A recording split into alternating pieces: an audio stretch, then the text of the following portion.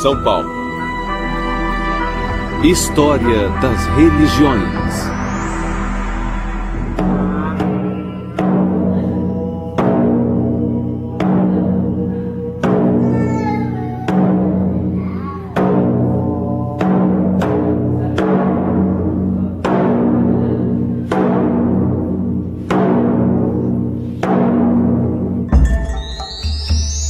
Budismo.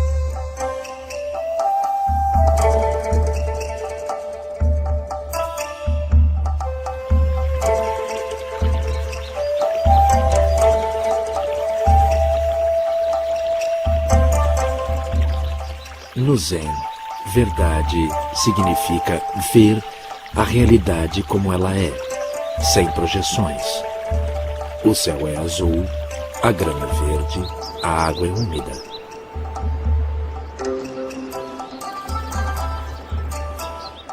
Saber que existem experiências internas significa que ficamos menos apegados ao mundo exterior.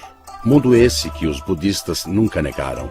Não são nihilistas, nunca disseram que o mundo não existe. O pensamento condicionado é formado por ganância, ignorância e raiva. Quando vemos o mundo assim, quando essa é a nossa percepção do mundo, existe uma constante separação entre sujeito e objeto. A palavra budismo vem de Budi e significa estar desperto. Costumamos usar a expressão Dharma de Buda, desperto para a verdade.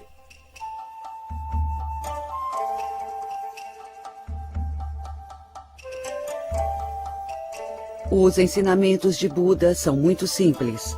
Podemos resumir todos os seus ensinamentos em 2 linhas, tudo o que ele disse. Em primeiro lugar, quando ele estava morrendo em seu leito de morte, ele disse a Ananda, seu discípulo mais próximo, esteja atento. E quando ele começou a ensinar, abstenha-se do mal, faça o bem, purifique sua mente. O budismo, historicamente a religião de milhões de asiáticos, é um termo derivado de Buda, um líder espiritual da antiga Índia. A palavra Buda denota uma pessoa plenamente iluminada, e o budismo se tornou a religião ou filosofia de vida de milhões de indivíduos, que são guiados por essa antiga tradição de busca por iluminação espiritual. Uma criança chamada Siddhartha nasceu no nordeste da Índia por volta de 560 a.C. Seu pai, Suddhodana, era chefe da família Gautama e líder dos Shakya, um clã da casta dos guerreiros que viviam na base das montanhas situadas no atual Nepal. O filho seria posteriormente chamado de Buda Gautama, mas então era Buda Shakyamuni, o sábio clã dos Shakya. Assim, o nascimento de Siddhartha Gautama, como o de Jesus ou Maomé, foi objeto de muitas análises, incluindo aí a narrativa de uma concepção sobrenatural. Certa noite, a mãe de Siddhartha sonhou que, ao ser tocada pela tromba de um elefante branco, teria engravidado. O Buda, ainda não nascido, que existia 4 níveis cósmicos acima do plano humano de existência, no céu dos deuses satisfeitos, esperava o aparecimento de uma mãe pura e valorosa sobre a terra. Siddhartha cresce em esplêndidos palácios, cercado de um monte de moças bonitas. Quando chega à idade apropriada, Siddhartha se casa com uma bela prima e a vida agradável continua até os 29 anos. Então ocorre uma mudança radical. Siddhartha descobre que a doença e a morte esperam a todos nós. Sua alegria de viver desaparece.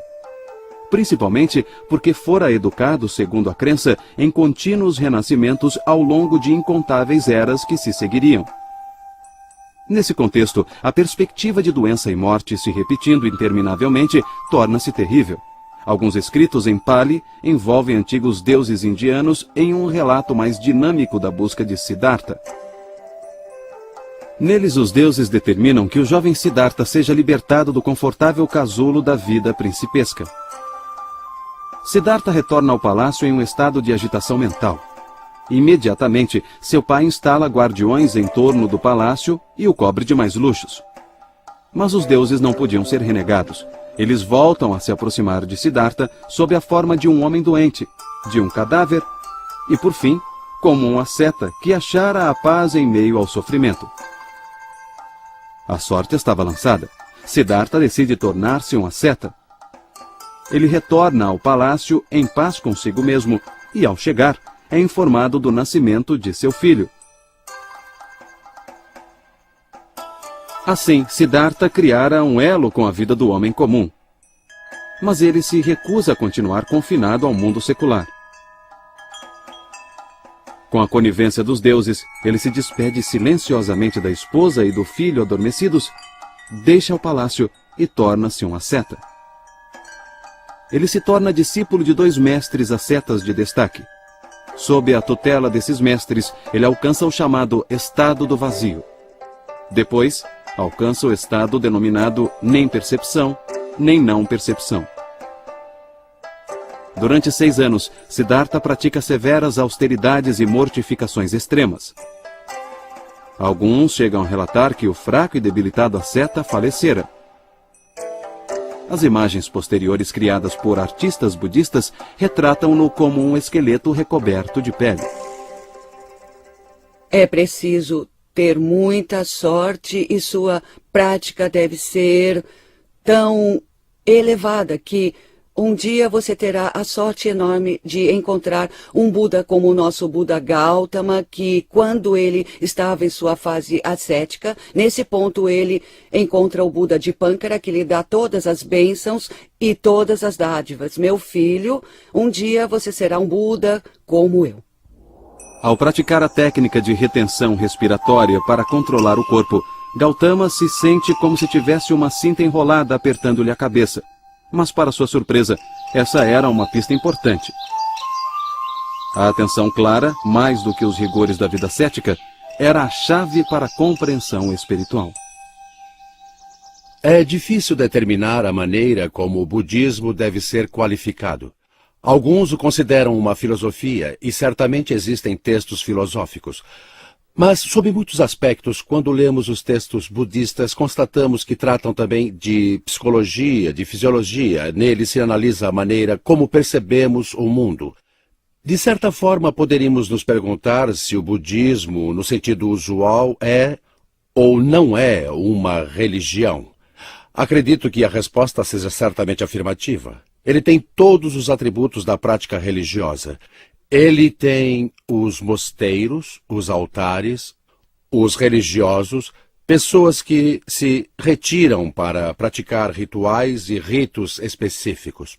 Gautama tomou uma decisão crucial, que daria aos budistas os fundamentos para chamar sua abordagem de caminho do meio.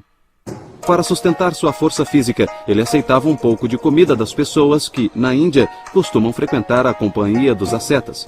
Mas para evitar o desejo sensorial, ele continuava a resistir ao apego por sabores. São estes os primórdios do padrão meditativo budista para os que almejam o nirvana, o estado de liberdade suprema do interminável e exaustivo ciclo de vidas denominado samsara. De acordo com o Buda, nesse estágio, Siddhartha viu-se emocionalmente indiferente, tanto à alegria quanto à aversão. Este é um estado crucial para a iluminação budista, a conquista do domínio desapegado das emoções positivas e negativas. O caminho budista é o de domínio sobre a raiva e o amor, sobre o medo e a confiança, sobre o desejo e a aversão, as emoções opostas que mantêm o indivíduo preso ao perpétuo ciclo de renascimento. É uma percepção consciente e clara dos pensamentos, impulsos e emoções que surgem em nosso próprio ser. Um ser iluminado pode julgar as situações sem interesse próprio. Ele ou ela não é levado por emoções autorreferentes, observando de forma clara e indiferente. A grande questão para qualquer asceta é se ele vai ou não vai se tornar um porta-voz. Isto é, se vai se tornar um professor. Será possível ensinar a alguém algo que eles próprios não tenham vivenciado? Será que jamais poderiam explicar a alguém o gosto do morango se nunca experimentaram um morango? Sendo assim, muitos ascetas não ensinam porque isso é muito difícil. O fato de Shakyamuni ter decidido tornar-se um mestre público e da melhor maneira possível, por meio de palavras, descrever a experiência da sua iluminação, foi um acontecimento decisivo no desenvolvimento desta religião.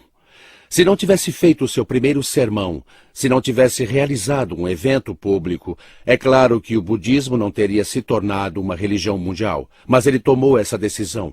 Colocou sua experiência em palavras, e suas palavras são relembradas e formam o núcleo da primeira escritura budista.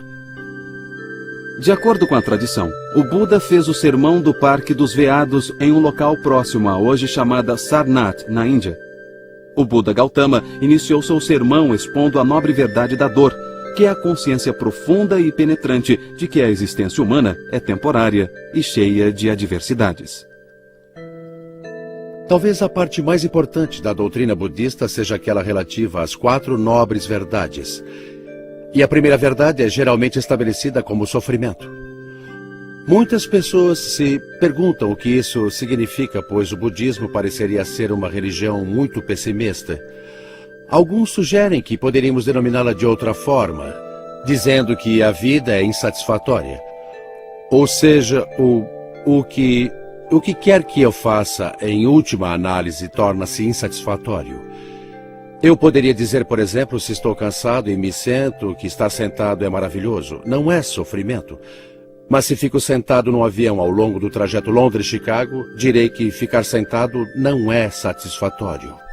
Para eles, o que quer que façamos sempre vai se mostrar insatisfatório. E nosso sofrimento vem do fato de a vida ser insatisfatória e de desejarmos que ela seja diferente. Por isso, os budistas afirmam que devemos lidar com o fato de que seja assim. E como saímos disso? Como podemos determinar se esse for o caso? Qual é a saída? Para os budistas é a ideia de que temos que ser insight. Temos que saber se este é o caso. De fato, sendo assim, os budistas dizem que as experiências que nós temos estão em nossas mentes e é isso que precisamos compreender. E que é na mente que vivemos nossas vidas. Então, se olho para o meu dedo, posso dizer que ele dói. Mas os budistas dizem que o dedo não dói. A dor é algo registrado e experimentado apenas na mente. Eu poderia cortar fora o meu dedo e esse dedo nunca mais doeria. Temos que nos conscientizar de que os aspectos da vida são mutáveis. Devemos ver que, em essência, aquilo a que chamamos de eu é irreal. E que a natureza da vida, a maneira como costumamos vivê-la, é caracterizada pela inquietação e pela insatisfação. A primeira descoberta de Buda foi que a vida é sofrimento. Realmente, quando eu ouvi isso, também me pareceu muito negativo. Mas trata-se de apenas um fato.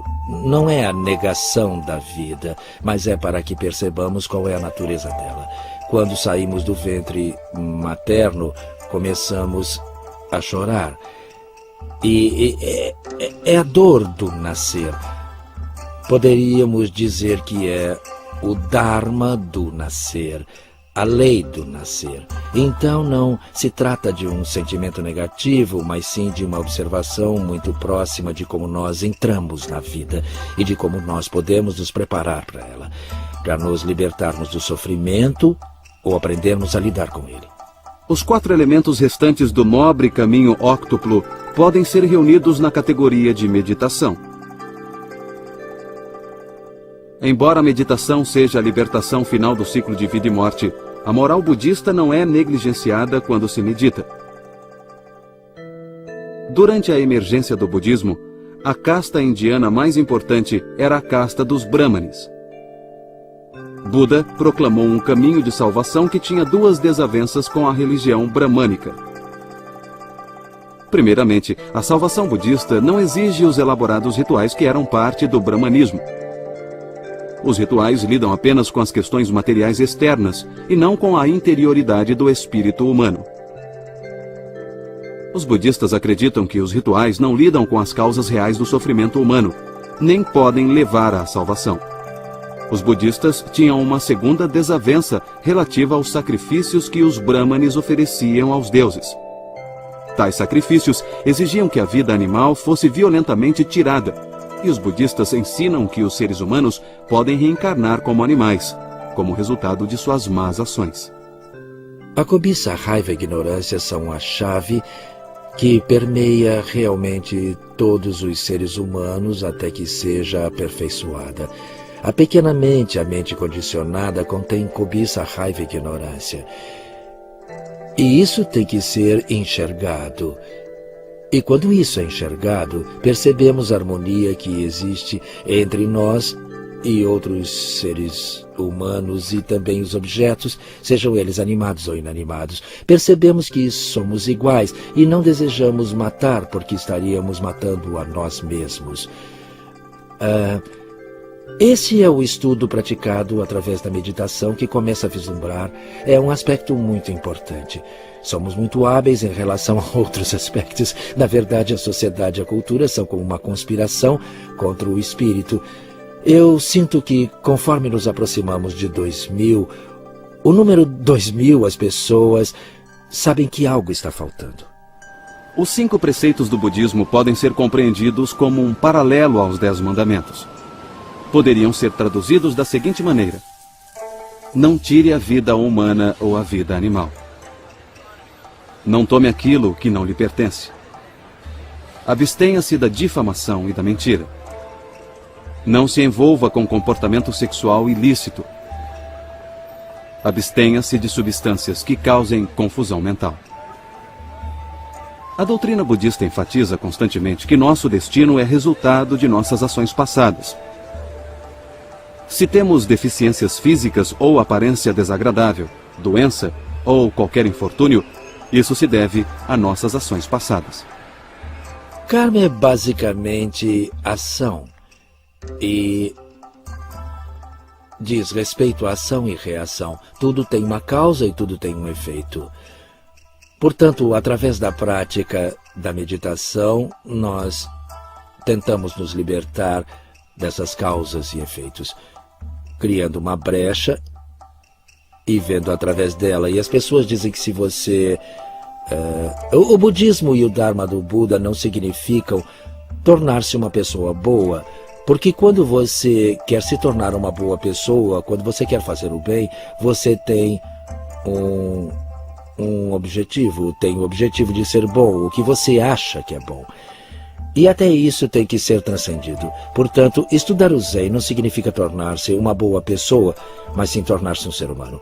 E quando nos tornamos ser humano, naturalmente, entramos em contato com a bondade fundamental.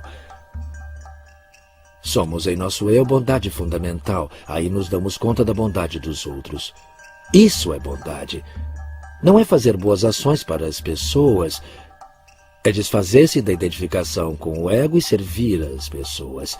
Essas são as grandes recompensas. Mesmo assim, a existência como ser humano é um grande privilégio, porque somente os seres humanos podem gerar mérito kármico. Nós devemos aproveitar com entusiasmo as valiosas oportunidades de gerar um bom karma, pois, relembrando, somente os seres humanos podem atingir o Nirvana.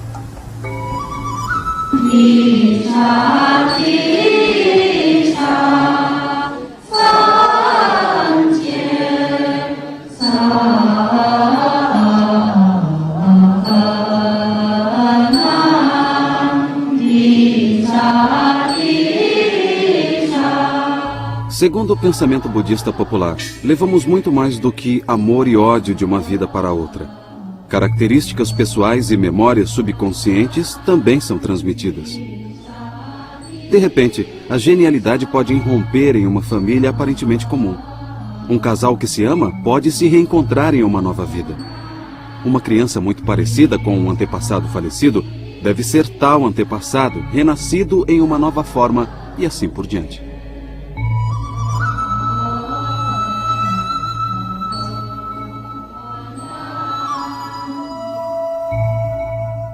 Os budistas dão grande valor aos 4 grandes incomensuráveis.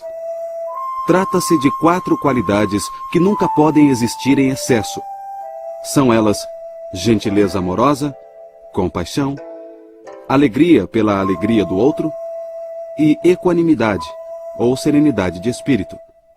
Assim, um bom budista adquire maturidade espiritual e é capaz de amar e cuidar do outro, calma e imparcialmente. A meditação budista tem o claro objetivo de reduzir a febre emocional da vida, gerando um estado mental de calma, clareza, que vê as coisas como realmente são, sem as distorções produzidas pelas preocupações consigo mesmo, medos, esperanças, amores e ódios. A meditação liberta o meditador das distorções que determinam, em geral, nosso pensar, sentir e fazer. O sermão do Parque dos Veados foi o início da carreira de 45 anos do Buda como mestre espiritual itinerante.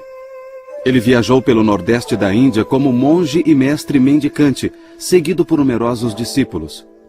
O mais notável dos discípulos de Buda foi Ananda, seu companheiro constante e assistente pessoal. Ananda era incumbido de levar as pessoas à presença do Buda e tornou-se oficialmente o responsável pelo registro dos discursos do Buda.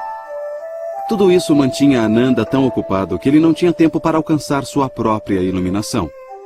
A vida do Buda terminou depois que comeu o alimento envenenado acidentalmente oferecido por um ferreiro chamado Chanda.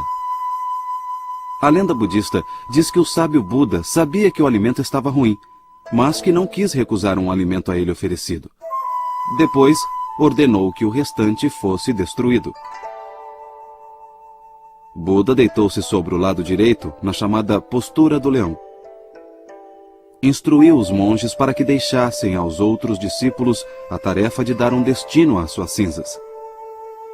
Tais cinzas viriam a se tornar propriedades muito valorizadas. Buda disse que Chanda não deveria ser responsabilizado pelo acidente. Suas boas intenções gerariam méritos para seu renascimento seguinte. Além disso, chegara a hora de Buda deixar o mundo dos homens. Ele fez tudo isso, então, para poder erradicar o sofrimento dos seres humanos. Essa era a sua única intenção. Todo o seu ensinamento era antimetafísico. Ele não tentou elaborar nenhum tipo de ensinamento intelectual. Ele disse: se vocês realmente me amam, façam então as práticas, não a teoria. 1 grama de prática é muito superior a toneladas de teoria. O Buda Gautama nasceu no contexto da tradição religiosa bramânica, que afirma que cada um de nós renasce perpetuamente segundo um padrão que é governado por nossas ações kármicas.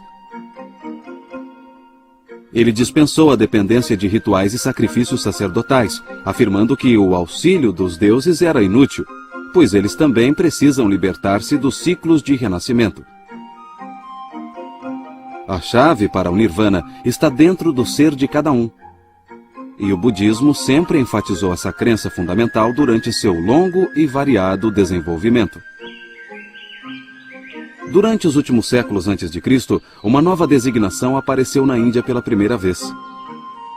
Nos séculos posteriores, esse nome viria a designar um importante novo tipo de doutrina e prática budista. Mahayana, que significa grande ou universal veículo de salvação, seria o nome do budismo adotado na China, Coreia e Japão. Os budistas Mahayana começaram a elaborar novas escrituras. Utilizaram as escrituras Palis mais ou menos como os cristãos utilizaram as escrituras hebraicas. Os budistas Mahayana acreditavam que as escrituras Theravada haviam postulado muitas das verdades reais do budismo. Os Budas vêm à Terra para salvar os homens de suas paixões, de seus desejos, dos infortúnios de Sansara. As escrituras Mahayana continuaram a se referir à vida terrena do Buda Gautama. Para muitas pessoas do leste da Ásia, esta seleção veio a ser chamada de Sutra do Lótus. Este é o texto dominante da vida budista japonesa, tem sido extremamente relevante para a Coreia e para a China. Trata-se de um texto Mahayana cujo ensinamento cuja principal doutrina assinala que a tradição budista, o trabalho realizado pelo Buda, é algo acessível a todos os indivíduos. Portanto, há uma espécie de doutrina de salvação universal no Sutra do Lótus que exerceu enorme atração ao longo dos séculos. A flor de lótus é uma espécie de lírio aquático e é um símbolo budista muito difundido e popular. O lótus cresce a partir da lama que se deposita no fundo dos lagos, transformando-se em uma linda flor na superfície da água. O lótus é o símbolo perfeito de uma vida de pureza vivida em meio a um mundo corrompido. O Sutra do Lótus, escrito em sânscrito, em torno do 3º ou 4º século depois de Cristo, foi traduzido para o chinês durante os séculos IV e V. O Sutra do Lótus tornou-se a mais influente escritura mahayana e está repleto de temas que são essenciais à tradição mahayana. O principal impulso do budismo mahayana foi o de expandir e reinterpretar as antigas doutrinas, crenças e práticas budistas. O objetivo era o presente. O anseio de evoluir espiritualmente. Se você realmente quer alcançar estágios superiores de consciência, você precisa fazer alguma coisa. Você precisa disciplinar sua vida, purificar sua mente. É algo parecido com o ato de cultivar uma horta ou uma flor. É necessário cultivar uma área de terra. Da mesma maneira, se você quer praticar o Dharma, tem que cultivar sua mente. O Bodhisattva Mahayana está disposto a permanecer no samsara, a nascer repetidas vezes, interminavelmente, sempre se empenhando em prol do bem-estar dos seres sencientes, até que eles também alcancem a liberação. Bodhisattva. Bodhi significa iluminado, Sattva significa ser iluminado. Portanto, seu voto foi o de não entrar no Nirvana até que todos se iluminassem. Isso é muito importante, porque sempre fazemos coisas para nós mesmos. Mas ela está esperando por todos, por toda a humanidade, pela iluminação de todos, antes de entrar no Nirvana. Assim, na parte frontal, olhamos seu rosto e vemos que está calmo, e os rostos acima de seu rosto também estão muito calmos. Mas conforme percorremos com o olhar em sentido horário, os rostos se tornam cada vez mais cheios de raiva, frustração, ansiedade e terror, até que chegamos aos últimos 3. E neles encontramos angústia, desespero e falta de esperança. É nesse ponto que muitas pessoas jovens, ou quando pessoas em geral, e os jovens em particular, de fato se matam, cometem suicídio. Mas o Bodhisattva veste aquelas expressões como sua coroa, porque isso faz parte da vida, porque temos mente e corpo, nos deparamos com isso, quer sejamos budistas ou não. Portanto, ele as veste como sua coroa, como seu caminho.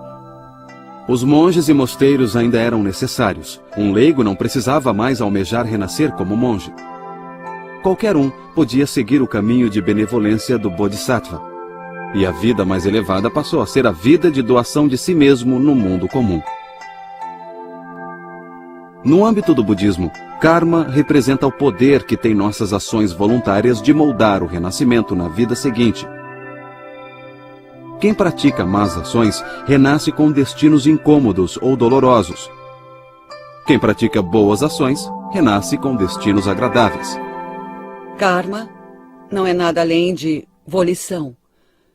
Então, o karma é o seguinte: as inúmeras ações que nós realizamos por meio de nossas palavras, de atos e da nossa mente, e todas essas ações acumulam diferentes tipos de forças, umas boas, outras ruins, umas são melhores e outras neutras. Boas ações e conquistas na experiência da meditação recebem recompensas igualmente valiosas nos reinos superiores do deleite. A vida no nível mais elevado, que não é nem o da percepção, nem o da não percepção, dura 84.000 eras ou kalpas. Embora uma existência tão longa pareça durar para sempre, ela finalmente termina.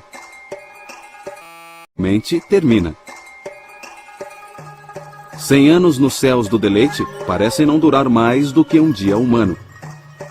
Assim, os anos passam rapidamente, até que o Deva, ou Deus, que desfrutava do deleite, renasce em forma humana. Isso acontece quando se exaure o mérito acumulado pelas boas ações praticadas em vida humana. Da mesma maneira, os sofrimentos do purgatório se esgotam quando acaba o karma negativo que os produziu. Os budistas acreditam que todos os sistemas mundiais, assim como o que estamos discutindo cedo ou tarde, chegam ao fim. Isso resulta, em parte, do nível de declínio da vida moral e religiosa de seus habitantes. Os budistas Theravada consideram inevitável tanto esse nível inferior de vida quanto suas consequências. De eras em eras, o universo terreno é destruído pelo fogo, pela água e pelo vento. Sendo assim, a totalidade do mundo físico desaparece, assim como 20 dos 31 planos de existência, incluindo o plano dos deuses reluzentes. A menos que os residentes desses planos tenham se libertado por meio do arrependimento ou de ações meritórias, serão colocados em outros sistemas, segundo seu nível de existência. Eras depois, as partículas podem formar um novo universo. Assim como os hindus, os budistas não reconhecem um início absoluto para o aparecimento dos sistemas mundiais. Eles consideram que suas séries de ciclos sempre existiram e sempre existirão. De acordo com a tradição do budismo Mahayana, o ideal do Bodhisattva e o voto do Bodhisattva são uma das coisas mais importantes. Não se trata apenas de fazer o bem ou de salvar as pessoas, mas é o caminho dela. É a sua vida a ser compartilhada com todos. Certo?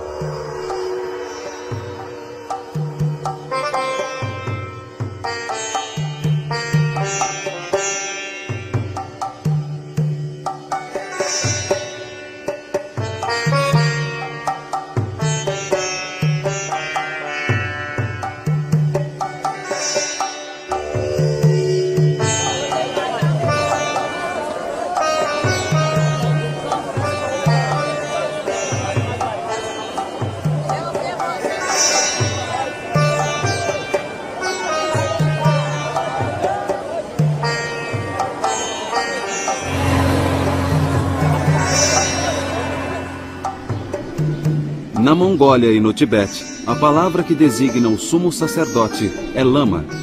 O novo Dalai Lama é escolhido por um processo longo e metódico. Alguns anos depois da morte do Dalai Lama, escolhe-se um comitê de busca, formado por monges respeitados. Esses monges reúnem certos artigos, inclusive alguns usados pelo Dalai Lama recém-falecido. Então, eles viajam pelo interior do país procurando meninos nascidos depois da morte do último Dalai Lama. O verdadeiro sucessor, o Dalai Lama renascido, é aquele que escolhe, sem hesitar, os artigos autênticos pertencentes ao Dalai Lama falecido. Ele, então, é levado ao grande monastério central de Lhasa, onde é educado para seu novo papel de Deus-Rei budista. Para criar uma mandala, o discípulo tântrico se coloca sob a orientação de um mestre espiritual. Então, devagar e cuidadosamente, ele cria ou retoca o padrão da mandala. Isso é feito passo a passo com atenção plena. Isso poderia ser chamado de estilo budista tibetano de psicanálise. Para os budistas, isso está em harmonia com a mensagem budista, de que é em nosso interior que cada um de nós encontra a salvação do sofrimento inquieto, da impermanência e do vazio da existência humana.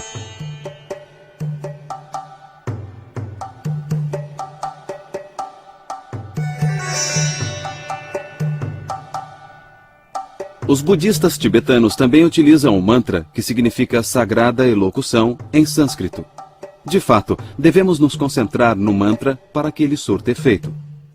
O budismo tibetano também pode ser chamado budismo mantrayana, devido à ampla utilização de mantras a que recorre. Mantras são cantos rituais, antes utilizados em conexão com os sacrifícios rituais bramânicos.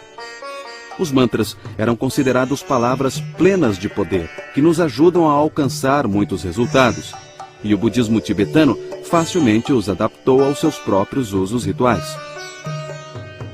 Um mantra proeminente é o famoso mantra de 6 sílabas, repetido inúmeras vezes em cantos rituais. Om Mani Padme Hum. Om Mani Padme Hum. Om Mani Padme Hum. Om. Assim como acontece com os círculos sagrados da mandala, as sílabas sagradas do mantra devem se tornar parte do praticante. São usadas para nos libertar de impurezas, para nos levar a estados espirituais cada vez mais elevados e, finalmente, para alcançar a liberação espiritual. Um último e especial aspecto do budismo tibetano é o bardo, o ensinamento do budismo tibetano sobre o processo do morrer. Neste caso, assim como a mandala, a pessoa que está morrendo se depara com várias formas de demônios, deuses e bodhisattvas. Tais formas são compreendidas como suas boas e más características internas em forma de imagens. No budismo tibetano, a morte é considerada como um processo gradual de transição para uma nova vida, que pode durar até 7 dias. Um acompanhante espiritual repete orientações e estímulos no ouvido da pessoa que está morrendo. Assim, o budismo tibetano garante uma passagem segura para uma boa e nova existência. O budismo foi introduzido no Japão em meados do século VI, vindo da Coreia, onde esteve ativo desde o final do século IV. Uma imagem de Buda foi oferecida ao imperador japonês juntamente com monges sacerdotes, habilitados a realizar os rituais. A partir desse início modesto, o budismo se tornou uma força cultural e religiosa de destaque no Japão por quase 1000 anos. Assim, ao incorporar todas as deidades locais, todos os espíritos locais, eles foram capazes de incorporar as pessoas daquele local no seio da tradição budista. Aceitaram e foram extremamente tolerantes para com as tradições religiosas locais, e isso, eu creio, foi uma das razões pelas quais o budismo nunca se envolveu em guerras religiosas. Eles não exigem que as pessoas abram mão de seu espírito local para se tornarem budistas. Uma das únicas seitas exclusivamente japonesas chamava-se Shingon, que significa palavra verdadeira. Shingon se estabeleceu no início do século IX em um grande templo, situado no Monte Koya, a cerca de 80 quilômetros de Kyoto, na metade meridional de Honshu, principal ilha japonesa. Shingon, ou palavra verdadeira, não é tanto uma escritura, mas sim um conjunto de mantras extraídos de 2 escrituras indianas. A utilização e o significado adequados desses mantras são revelados apenas aos iniciados de Shingon. Assim, Shingon é chamado de esotérico ou budismo do ensinamento secreto. Houve uma seita budista esotérica outrora situada nessas montanhas na época de Saisho, fundador do budismo Tendai. Saisho, um monge japonês dos séculos VIII e IX, de Nara, tentava escapar da influência da corte real japonesa e por isso mudou-se para o Monte Hiei, de onde se vê a moderna cidade de Kyoto. Mas em 794, a corte real japonesa é transferida para Kyoto e Saisho perde seu isolamento. Com efeito, Saisho se tornou um notável da corte e foi autorizado a partir para estudar no mosteiro central de Tiantai, na China, por 8 meses.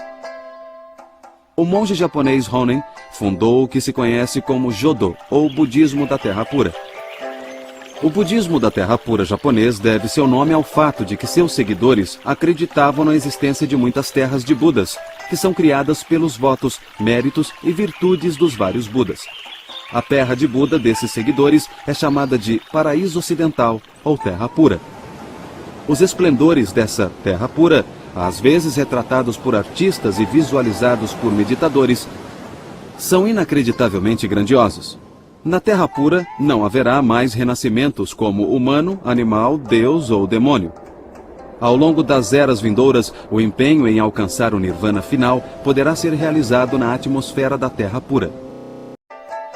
Nichiren, o monge do século XIII, foi o último dos grandes reformadores budistas. Para Nichiren, o Sutra do Lótus não era apenas a escritura suprema, era a única verdadeira escritura. Nichiren acreditava ter sido um importante discípulo do Buda Gautama em uma vida anterior e considerava-se o único verdadeiro intérprete da iluminação budista. Apesar de sua popularidade junto às pessoas do povo, Nichiren as julgava incapazes de compreender os mistérios do Sutra do Lótus. Por isso, propôs a elas uma versão radicalmente simplificada. Nichiren previu a ocorrência de invasões estrangeiras e viu suas profecias se realizarem no ataque mongol ao Japão em 1274. Quando Nichiren declarou que certos notáveis do governo, falecidos pouco tempo antes, estariam nos infernos budistas, ele foi exilado por um certo tempo.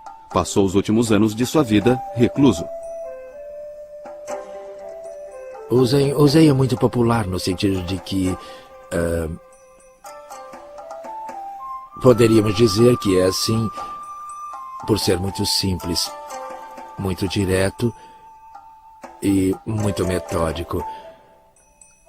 A popularidade é algo significativo, mas ao mesmo tempo, quando as pessoas começam a praticá-lo, começam a encontrar a si mesmas.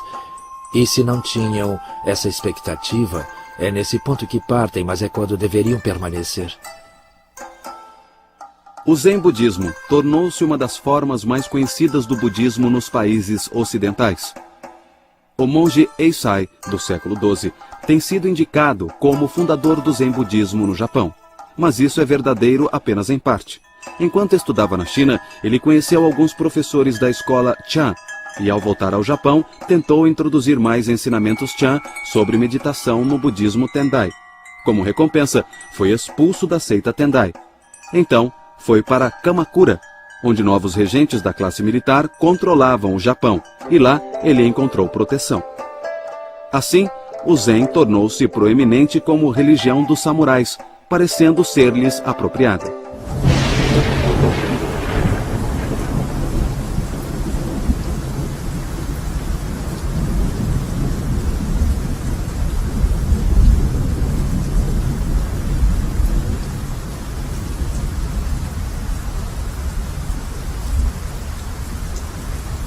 O vazio também costuma ter uma conotação negativa e é muito mal compreendido, mas existe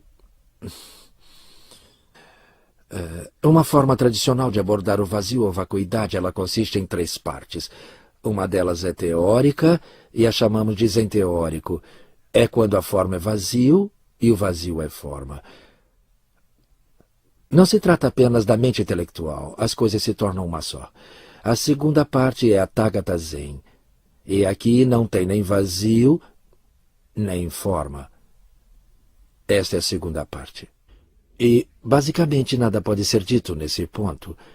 Não pode ser descrito com palavras. É quietude. A terceira parte é forma, vazio é vazio. Portanto, essas 3 partes são muito importantes. E ao estudar o Zen, você passa por todo esse espectro. A terceira parte é o valor mais elevado, no seguinte sentido: o céu é azul, a grama é verde. Voltamos a ver a realidade exatamente como ela é. As 2 primeiras partes são uma negação à realidade, porque nós já nos condicionamos a estar separados da realidade. E é assim que o vazio desempenha um papel essencial no Zazen ou prática meditativa. A ênfase filosófica do Zen budismo japonês é baseada na doutrina do vazio de Nagarjuna, na ideia de que as palavras e as doutrinas não são a verdade suprema. Mas, de modo geral, o objetivo central do Zen budismo é alcançar a mente de Buda. O objetivo imediato do Zen é penetrar conscientemente a nossa verdadeira natureza humana, ver que ela é a natureza de Buda. Assim, se alcança a iluminação ao entender qual é a realidade última de nossa existência diária, quando ela é vista corretamente. A meditação budista tem o claro propósito de reduzir a febre emocional da vida.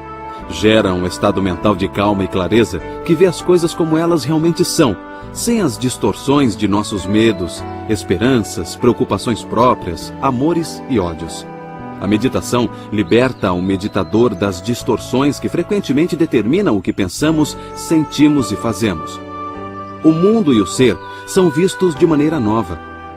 A essência da realidade e da existência não pode ser reduzida a afirmações intelectuais sobre ela. A força vital da vida deve ser experimentada em cada momento e em cada ação, por mais corriqueira e trivial. A iluminação Zen é um estado mental liberto de seus limites culturais, tornando-se livre e espontâneo em todas as suas ações e percepções. A totalidade do ser se envolve plenamente em todos os atos e experiências. No Zen, toda ação é verdadeiramente uma ação budista.